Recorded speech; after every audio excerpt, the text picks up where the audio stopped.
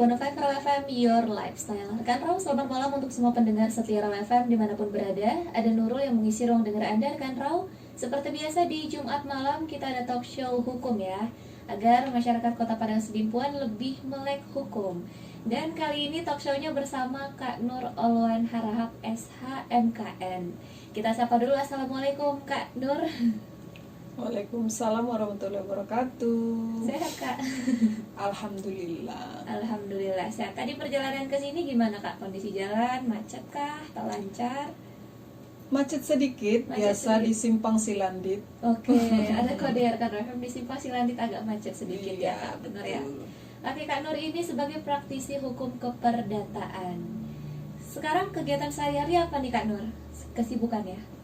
Kesibukan yang pertama pastinya jadi ibu rumah tangga. Biasa perempuan, ibu rumah tangga. Kemudian sebagai praktisi hukum keperdataan di bidang notariat lah pastinya. Kemudian sebagai dosen juga di UMTS Padang Sidimpuan gitu. Ngajar di mata kuliah? Pastinya fakultas hukum dong. Oke, pasti fakultas hukum ya kan Raul, nggak ada yang lintas jurusan.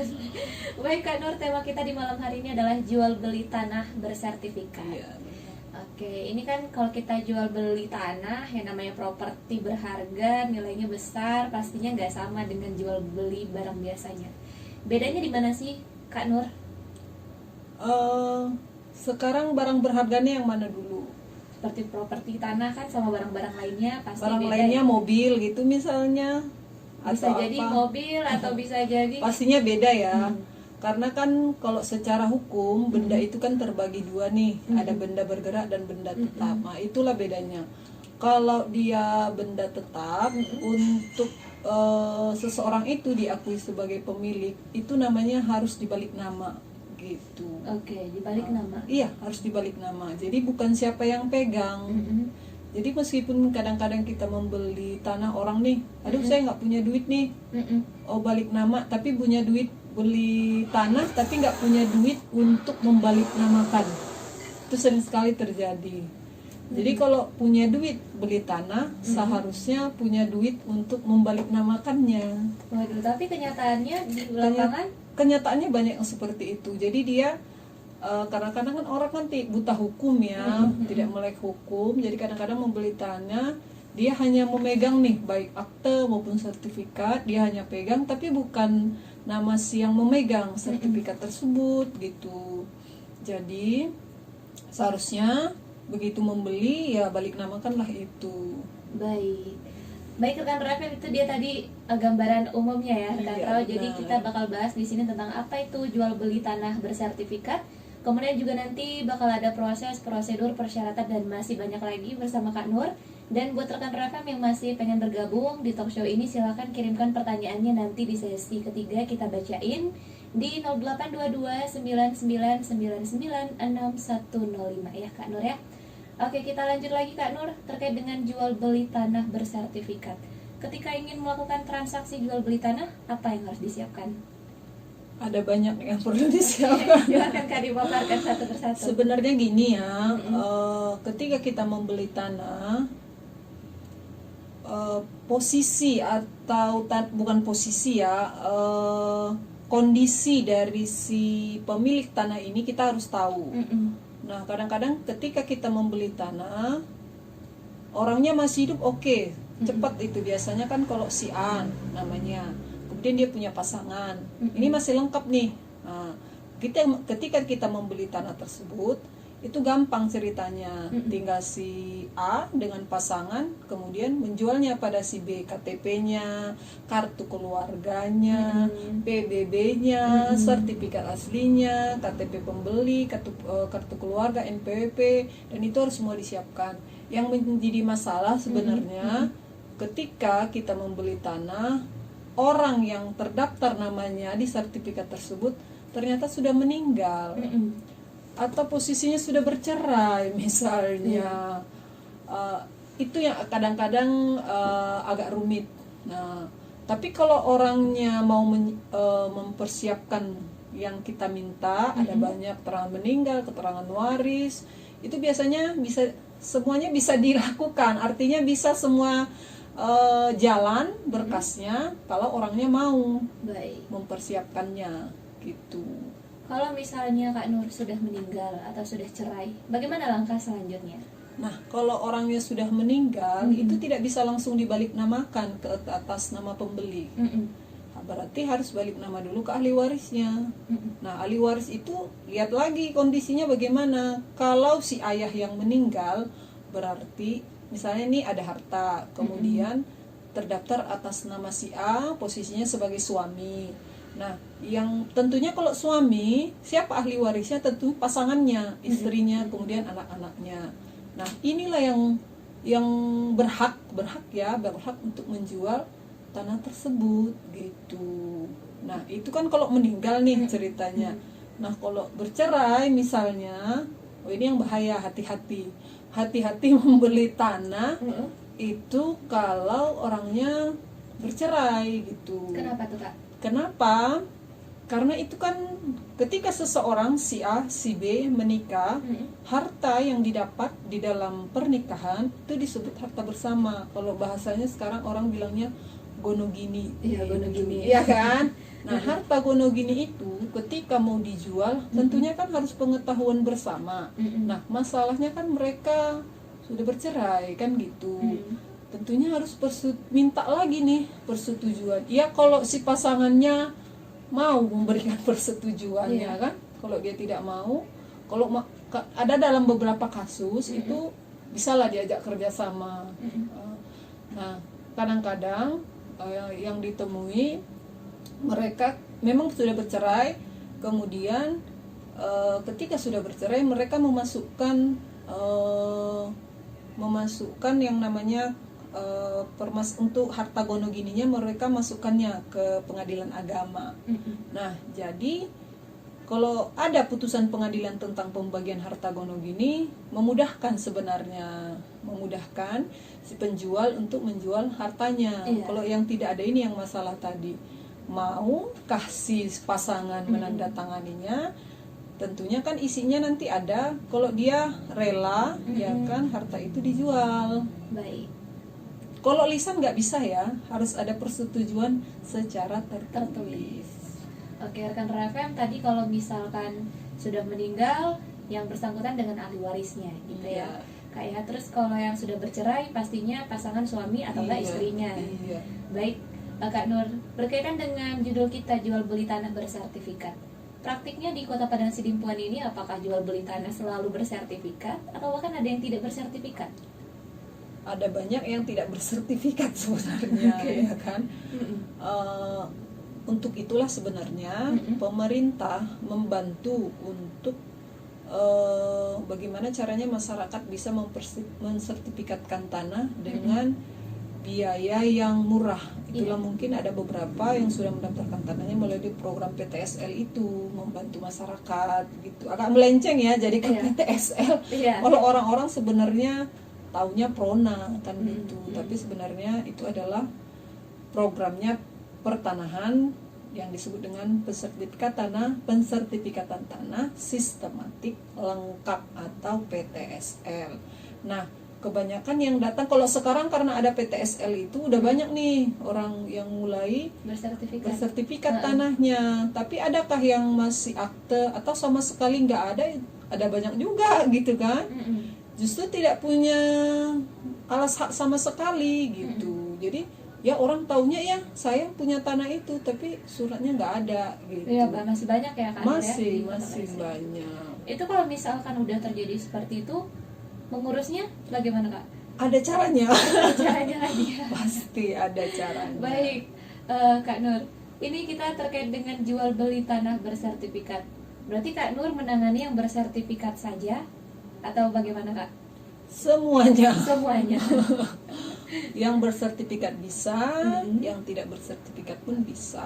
Tapi tadi di Kota Padang Sidimpuan masih banyak juga yang belum bersertifikat. Masih. Terutama yang kaplingan-kaplingannya, kaplingan kebanyakan kan tidak bersertifikat. Karena kalau kita lihat, ini kita cerita biaya sedikit ya kan. Kalau untuk tanah yang bersertifikat, untuk jual beli tanahnya tentunya kan agak lebih mahal nih biayanya, karena kan ada pajak. Iya. Untuk pajak penjualnya disebut PPh. Kenapa ada PPh, pajak penghasilan? Karena kan si penjual dapat duit nih ceritanya. Jual beli kan pasti dapat duit si penjual. Jadi negara harus dapat uang dari kita. Kita yang dapat uang, tapi negara juga dapat gitu loh. Dipotong sedikit lah 2,5%. Kemudian si pembeli juga dikenakan pajak juga. Ada namanya BPHTB ya, gitu. BPHTB itu bea perolehan hak atas tanah dan bangunan. Oke. Gitu. Baik rekan RFM dan juga Kak Nur, terkait nanti prosedur, syarat-syarat dan prosesnya kita bicarakan di segmen berikutnya. Kita break sebentar kan Rau, jangan kemana-mana, tetap stay tune di 105 Raw FM, Your Lifestyle. Oke, dengan tema kita di malam hari ini, jual beli tanah bersertifikat.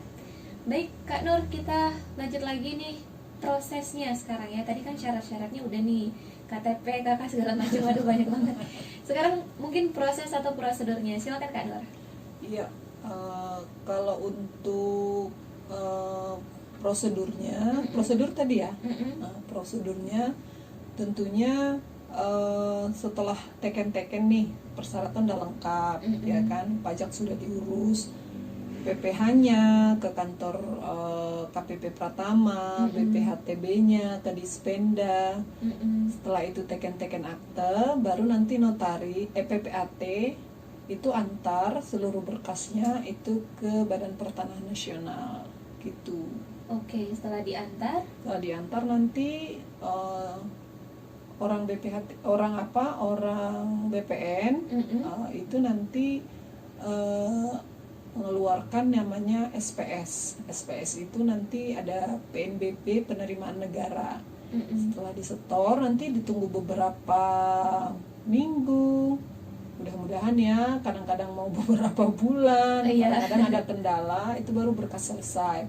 Setelah selesai nanti kita ambil, kemudian kita serahkan kepada si pemohon yang mau balik nama tadi. Gitu. Setelah itu prosesnya selesai. Gitu. Iya. Baik, rekan RFM, ternyata banyak yang perlu dipersiapkan, juga prosesnya agak panjang dan rumit ya Kak Nur ya. Oke, kita balik lagi ke tema kita, jual beli tanah bersertifikat. Ada nggak sih Kak Nur jual beli tanah bersertifikat tapi sistemnya kredit? Sistemnya kredit ada. Bagaimana tuh ceritanya? Jadi caranya ada nih. Kalau kita mau beli tanah tapi dengan sistem kredit, ada dua. Pertama melalui bank, yang kedua kita pakai PJB namanya, perjanjian jual beli. Oke. Nah, jadi di perjanjian jual beli ini si penjual dengan si pembeli saling mengikatkan diri.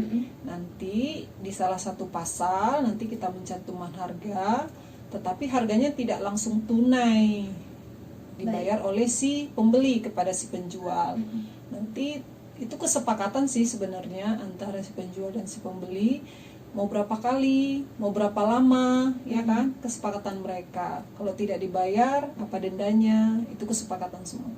Gitu. Baik, intinya kesepakatannya kan ya. Kesepakatan. Kalau misalnya kelebihan dan kekurangannya, adakah? Tentunya gini kan, kalau kelebihannya si pembeli kan terbantu nih. Iya kan, pastinya kan itu terbantu dalam hal misalnya saya nggak punya duit, mau dong dicicil dulu. Kan bisa kita, gimana caranya? Kadang-kadang memang orang tanya, Bu, saya mau beli tapi saya nggak mau ke bank, ada bunga misalnya. Boleh kita buat PJB tapi dengan iktikat yang baik ya, kan pastinya gitu. Kita kasih tahu lah, orangnya kan biasanya kan konsultasi dulu. Ini kita buat tetap dengan kesepakatan dan iktikat baik antara para pihak penjual dan pihak pembeli. Mudah-mudahan kalau yang ditangani selama ini lancar-lancar semuanya, ya kan. Begitu disepakati, saya paling lama nih bayarnya 2020 misalnya Desember. Sebelum Desember 2020 itu sudah dilunasi. Begitu setelah lunas, barulah dibuat akta jual beli namanya. Tadi kan baru perjanjian, PJB. Iya kan, perjanjian. Nah, Kalau udah lunas barulah PPAT itu boleh buat akta jual beli. Nah, akta jual beli ini bisa sebagai dasar untuk balik nama ke Badan Pertanahan Nasional gitu. Bukan pakai perjanjian, nggak bisa. Harus akta jual beli. Iya, benar. Dan akta jual beli didapat setelah lunas kreditnya. Iya, pastinya. Oke, rekan Refem, seperti itu prosesnya. Kalau misalkan dari kasus-kasus jual beli tanah bersertifikat yang kredit, biasanya permasalahannya apa aja sih Kak Nur? Kreditnya kita bukan cerita bank ya. Kita cerita si pembeli ini menyicil kepada si penjual gitu. Baik. Kalau yang saya hadapi mudah-mudahan dan untuk ke depan ya, untuk ke depan itu nggak ada masalah ya.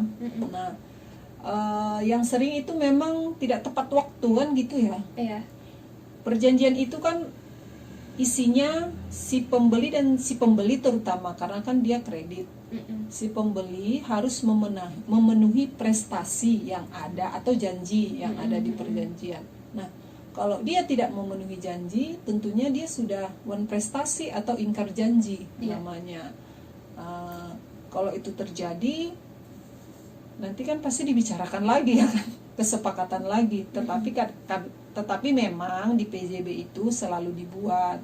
Kalau saya selalu menyarankan memang, kalau di PJB itu harus selalu dicantumkan kalau si pembeli tidak bisa membayar di tenggang waktu. Tadi kita cerita misalnya Desember 2020 misalnya. Kalau dia tidak bisa bayar, ini apa sanksinya? Nah, kalau perjanjian pasti ada sanksi. Apa sanksinya? Boleh bunga misalnya per hari atau per minggu atau per bulan. Balik lagi tadi kesepakatan antara para pihak. Baik. Muncul lagi pertanyaan nih Kak Nur. Ada banyak banget ya pertanyaannya. Kalau tadi jual beli tanah bersertifikat nyicil gitu ya, misalkan orang tua kita nyicil tanah, terus nauzubillah gitu ya kan, orang tua kita berpulang, terus apakah kemudian uang yang sudah dicicilkan kembali atau bagaimana ceritanya itu? Itu ada di salah satu pasal. Kalau salah satu pihak itu ternyata meninggal, ahli waris itu harus meneruskan isi perjanjian itu. Iya, wajib meneruskan. Itu ada salah satu pasal di sana dijelaskan. Nah, itu memang kadang-kadang terjadi karena kan orang bikin perjanjian nggak sebulan 2 bulan ya kan. Bisa bertahun, apalagi mungkin mahal gitu kan. Tapi saya memang belum pernah, mudah-mudahan jangan ya kan. Pokoknya selama ini kejadiannya bisa dipenuhi sebelum waktu selesai. Kalaupun misalnya kita nggak tahu umur, salah satu pihak meninggal, misalnya yang meninggal itu si pembeli misalnya, misalnya si pembeli meninggal, uang sudah masuk nih ceritanya, ya kan? Tentunya mereka harus melanjutkan ini, gitu loh. Melanjutkan apa yang diperjanjikan oleh si orang tuanya. Baik. Itu kalau si pembelinya yang meninggal. Kalau si penjualnya? Malah lebih gampang lagi kan, karena mereka kan cuma menerima ya kan, menerima uang gitu. Yang susah kan kalau si pembelinya yang meninggal, karena kan dia harus bayar dong. Ayah meninggal misalnya, nggak punya uang lagi anaknya, saya nggak sanggup nih beli lagi misalnya, ya dibuat lagi lah perjanjian atau kesepakatan mereka bagaimana nantinya gitu, tergantung kesepakatan lagi antara para pihaknya. Jadi kan adanya iktikat yang baik ya pastinya. Tapi berdasarkan dari pasal yang disebutkan Kak Nur tadi, wajib dilanjutkan gitu. Iya, kan? Wajib dilanjutkan oleh para ahli waris dari para pihak yang ada di perjanjian tersebut. Oke, makanya ketika kita memutuskan untuk melakukan transaksi jual beli tanah, ada banyak pertimbangan. Iya, ya Kak Nur ya. Iya, betul. Baik. Dan rekan Refem, itu dulu dari sesi ini. Next kita bahas lagi, ada banyak kita mungkin bisa bahas nanti interaktif dengan pendengar, atau kita bahas juga nanti tipsnya aman gitu ya secara legal. Aman boleh. Jual beli tanah. Baik rekan Refem, jangan kemana-mana, tetap stay tune di 105 Roy FM, Your Lifestyle. 105 Roy FM, nyaman dan bersahaja dalam jangkauan. Rekan Roy masih bersama Nurul dan juga Kak Nur Olwan Harahap SHMKN di talk show hukum dengan tema jual beli tanah bersertifikat. Tadi kita sudah bahas panjang lebar ya Kak ya, terkait dengan jual beli tanah, terus juga prosedurnya. Ini kita ada di sesi ketiga interaktif dengan pendengar. Ada satu pertanyaan yang masuk nih Kak Nur. Katanya, kenapa proses pensertifikatan di BPN terkesan lama? Kira-kira apa nih Kak masalahnya? Silakan Kak Nur. Sebenarnya saya nggak posisi untuk menjawab itu ya. Itu sebenarnya lebih tepat dijawab oleh orang pertanahan. Tapi setahu saya SOP untuk pensertifikatan itu 90 hari kerja, berarti 3 bulan gitu. Jadi kalau lebih 3 bulan, mungkin loh ya, ada kendala mungkin di lapangan ketika mengukur mungkin batas-batas tanah tidak ada orangnya, karena kan ketika orang mensertifikatkan tanah, orang yang berbatasan langsung dengan tanah timur, utara, barat itu harus tanda tangan. Itu mungkin tidak ketemu mungkin permasalahan batas, mungkin itu salah satunya. Kemudian terkait pengumuman mungkin karena kan kalau sertifikat asalnya dari mungkin kalau tanah yang diperoleh berasal dari warisan kemudian disertifikatkan, itu diumumkan di media massa oleh Badan Pertanahan. Jadi mungkin kendalanya di situ. Jadi makanya agak melebar waktunya mungkin dari yang ditetapkan. Jadi kapasitas saya hanya itu ya untuk menjawabnya. Tadi sempat disebutkan gitu ya Kak, di post di media massa. Ini kalau misalkan sertifikat tanahnya hilang, mungkin ada bencana atau ada hanyut atau bagaimanapun ceritanya, itu gimana Kak? Menguruskan biar sertifikat itu bisa ada lagi gitu. Kalau bencana alam, kita teringatnya waktu Aceh ya. Itu kan udah skala nasional ya. Berarti kalau udah hilang karena bencana alam, ada timnya itu. Ada timnya yang masuk, karena kadang-kadang kan petanya jadi berubah. Tadinya letaknya di A, saya bilang nanti bergeser. Berarti harus dipetakan lagi seperti kejadian yang waktu tsunami Aceh. Jadi itu dibantu oleh saya dapat infonya ini dari orang BPN kemarin yang ikut sebagai tim di sana. Jadi dibantu juga oleh orang luar itu untuk memetakannya lagi karena kan itu biayanya bukan sedikit ya, itu pastinya mahal gitu. Itu kalau bencana alam. Tapi karena kalau kebakaran malah lebih mudah kan, karena itu kan sifatnya pribadi. Diurus aja ke kantor polisi. Di kantor polisi nanti diurus kalau itu ada terbakar, kemudian nanti diajukan ke pertanahan, nanti ada beberapa syarat KTP, KK dan segala macamnya diurus ke pertanahan. Kemudian nanti pakai acara disumpah. Kalau yang muslim di atas Al-Quran, tergantung agamanya lah ya, nanti disumpah. Itu benar-benar sertifikatnya itu hilang. Jadi bukan perkara sehari 2 hari atau seminggu 2 minggu untuk mengganti sertifikat yang hilang karena terbakar atau karena dicuri dan segala macamnya gitu. Karena saya punya pengalaman seperti itu ya. Pernah dirampok lah itu sertifikat. Itu memakan waktu 6 bulan lah. Karena kan harus diumumkan juga di media massa gitu. Jadi bisa diganti sama pertanahan gitu. Baik. Ya nanti kalau nggak paham bisa konsultasi sama Kak Nur ya. Boleh. Oke Kak Nur, kita lanjut lagi. Ini ada beberapa pertanyaan yang masuk ya. Saya ada pertanyaan mengenai status hukum tanah. Orang tua saya membeli tanah sudah lama, hampir 30 tahun lalu. Dibuktikan dengan adanya AJB antara orang tua saya dengan pemilik tanah. Namun sekarang tiba-tiba atas tanah tersebut timbul sertifikat tanah atas nama anak penjual. Bagaimana status tanah tersebut Kak? Apakah orang tua saya bisa balik nama sertifikat tanah tersebut dengan AJB yang ditandatangani atas nama orang tua pemilik tanah? Kalau untuk itulah tadi ya, sertifikatnya pasti nggak balik nama waktu itu. Nah, jadi waktu dia beli hanya mereka buat akta jual beli, tapi tidak dilanjutkan ke pertanahan. Kenapa si anak si penjual tadi kan bisa membalik namakan sertifikat atas nama anaknya? Karena memang sertifikat itu tadi masih terdaftar atas nama ayahnya. Saya nggak tahu ya kemungkinannya, atau apakah si anak ini membuat keterangan hilang, saya nggak tahu ya kejadiannya. Tapi kalau menurut prediksi saya, karena tidak dibalik namakan, kemudian sertifikat ini masih terdapat atas nama penjual. Nah, dengan modal mungkin ya, dengan modal fotokopi, dia bisa buat keterangan hilang, nanti diterbitkan, jadilah sertifikat itu atas nama si anak. Makanya kalau beli tanah tadi segera balik namakan, karena di pertanahan kan kelihatannya masih nama si A, tapi ternyata sudah dijual, tapi berdasarkan akta jual beli. Tapi kan orang pertanahannya tidak tahu, kantor pertanahan maksud saya, kantor pertanahan tidak tahu kalau itu sudah dijual beli kalau tidak didaftar kembali ke pertanahan gitu. Seharusnya diurus lagi ke pertanahan. Iya dong, begitu jual beli langsung dihubungi ahlinya itu PPAT ataupun notaris bisa menguruskan.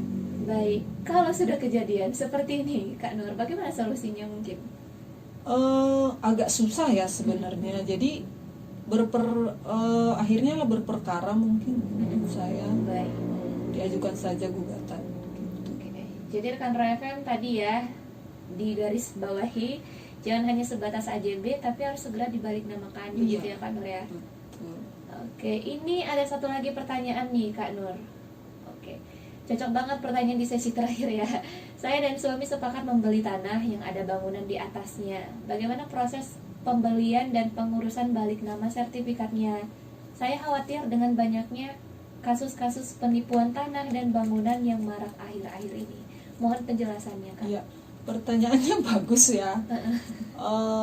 Sekalian tips dari saya. Iya, silakan. Kalau membeli tanah, kalau untuk membeli tanah apalagi yang sudah bersertifikat, sebenarnya harus aman ya, aman, lebih aman dibandingkan dengan tanah tersebut masih akta jual beli. Nah, amannya bagaimana? Begitu kita ingin membeli tanah, sertifikat itu harus kita bawa dulu ke Badan Pertanahan Nasional. Nah, ke Badan Pertanahan Nasional untuk apa? Untuk mencek kebenaran dari sertifikat tersebut. Asli atau tidak, ada blokiran atau tidak, diagunkan atau tidak, gitu. Nah, tapi untuk mencek sertifikat ini tidak bisa dengan fotokopi, harus aslinya. Nah, gunanya notaris atau PPAT kan itu, diserahkan kepada ahlinya, nanti dibawa sertifikatnya dulu aslinya, jangan buru-buru dipanjar Bapak Ibu kalau mau beli tanah. Jumpai dulu notaris atau PPAT, kemudian minta dicek dulu ini aman atau tidak nih. Nah, kalau sudah aman, nanti barulah boleh, kalau mau DP boleh lah, tapi jangan dilunasi dulu juga, jangan dulu dilunasi, karena kan ada beberapa persyaratan juga tadi yang harus dilengkapi. Diurus dulu pajaknya sama si notarisnya, PPH, BPHTB-nya, kemudian segala macamnya nanti disiapkan dulu. Kalau sudah selesai, begitu tanda tangan akte jual beli, disitulah sebenarnya kita harus melunasi tanah tersebut. Di situ baru boleh kita lunasi. Begitu kita teken, si penjual membubuhkan tanda tangannya, berikut si pembeli, jual beli sudah sah. Balik namanya kan nanti tinggal menunggu dari Badan Pertanahan Nasional, gitu. Jadi masyarakat juga harus percaya pada notaris atau PPAT gitu. Kalau tidak kadang-kadang masyarakat di situ kadang-kadang tidak percaya, dia saya nggak mau nih lunasi dulu, saya mau lihat dulu di sertifikat nama saya. Sebenarnya tidak, secara hukum begitu teken sah terjadi jual beli gitu. Ada AJB dulu baru dilunasi, begitu tadi Kak Nur ya? Begitu kita teken nih, si penjual, pembeli menaikkan akta jual beli itu, disitulah terjadi jual beli sebenarnya, peralihan hak dari si pembeli. Jual beli itu kan sebenarnya peralihan, ya kan, peralihan hak dari penjual ke pembeli. Baik. Nah, oleh notaris atau PPAT nanti ini dibawa nih ke Badan Pertanahan Nasional, gitu. Oke. Saran saya sih itu, Ibu. Baik, ada chat SMS ya kali ini. Kak Nurul, bisa nggak diminta nomornya Kak Nur? Mungkin untuk konsultasi lebih jauh gitu ya Kak Nur ya? Boleh. Silakan Kak Tapi Nur. di chat di SMS aja nanti. Iya, di SMS aja Baik. deh. Nanti kita balas SMS ya buat yang nanya. Terima kasih loh sudah SMS. Kak Nur, di sesi terakhir ini mungkin boleh disampaikan lagi bisa jadi closing atau himbauan terkait dengan jual beli tanah bersertifikat ini. Silakan Kak Nur. Iya, kalau untuk dari awal sudah saya sebutkan, kalau membeli tanah yang bersertifikat, biarpun tidak bersertifikat, segera balik namakan. Jadi punya duit membeli tanah, harus punya duit untuk membalik namakan gitu. Baik. Nah, kalau tanahnya bersertifikat, alangkah lebih baik dicek bersih dulu. Dicek bersih itu artinya mencek kebenaran dari isi sertifikat. Kita kan hanya lihat nih sertifikat, kelihatannya asli, tapi kan kita nggak tahu bener nggak ini asli. Siapa yang mengetahui ini asli atau tidak? Itu kita tanya ke Badan Pertanahan Nasional, gitu, tempat di mana letak sertifikat tersebut berada. Nah, kemudian setelah dicek kebenarannya, persyaratannya lengkap, harus segera juga dibalik namakan. Kadang-kadang orang, Bu, saya mau AJB-nya aja, nanti deh saya antar ke pertanahan. Itu jangan, serahkanlah pada ahlinya. Nah, begitu ditekan akta jual belinya, nanti diantar juga ke pertanahan. Jadi kita tinggal menunggu nih, kalau udah selesai nanti sertifikat kan sudah lega nih, oh saya beli tanah, kemudian suratnya atau sertifikatnya juga udah terdaftar atas nama si pembeli, gitu. Itu saja tipsnya dari saya. Oke. Oh ya, satu lagi nih Kak Nur, tadi Kak Nur sempat mengatakan bahwa harus dicek ke Badan Pertanahan, itu harus sesuai domisili ya Kak Nur ya, atau bagaimana? Iya, sesuai dengan letak tanahnya. Berarti kalau tanahnya di kota Padang Sidimpuan, Badan Pertanahannya ya Badan Pertanahan Kota Padang Sidimpuan juga. Oke, baik. Terima kasih banyak Kak Nur untuk waktunya di malam hari ini. Sama-sama. Semoga bisa ketemu lagi di lain kesempatan dengan topik-topik yang berbeda ya Kak Nur ya. Sehat selalu dan semangat bertugasnya. Terima kasih banyak juga untuk rekan rekam yang sudah ikutan gabung bareng Nurul dan juga Kak Nur di talk show hukum dengan tema jual beli tanah bersertifikat. Semoga tadi bermanfaat ya Kak Nur ya, dan bisa menjawab permasalahan rekan Raw semuanya. Jangan kemana-mana, tetap stay tune di 105 Raw FM, your lifestyle. Alhamdulillah.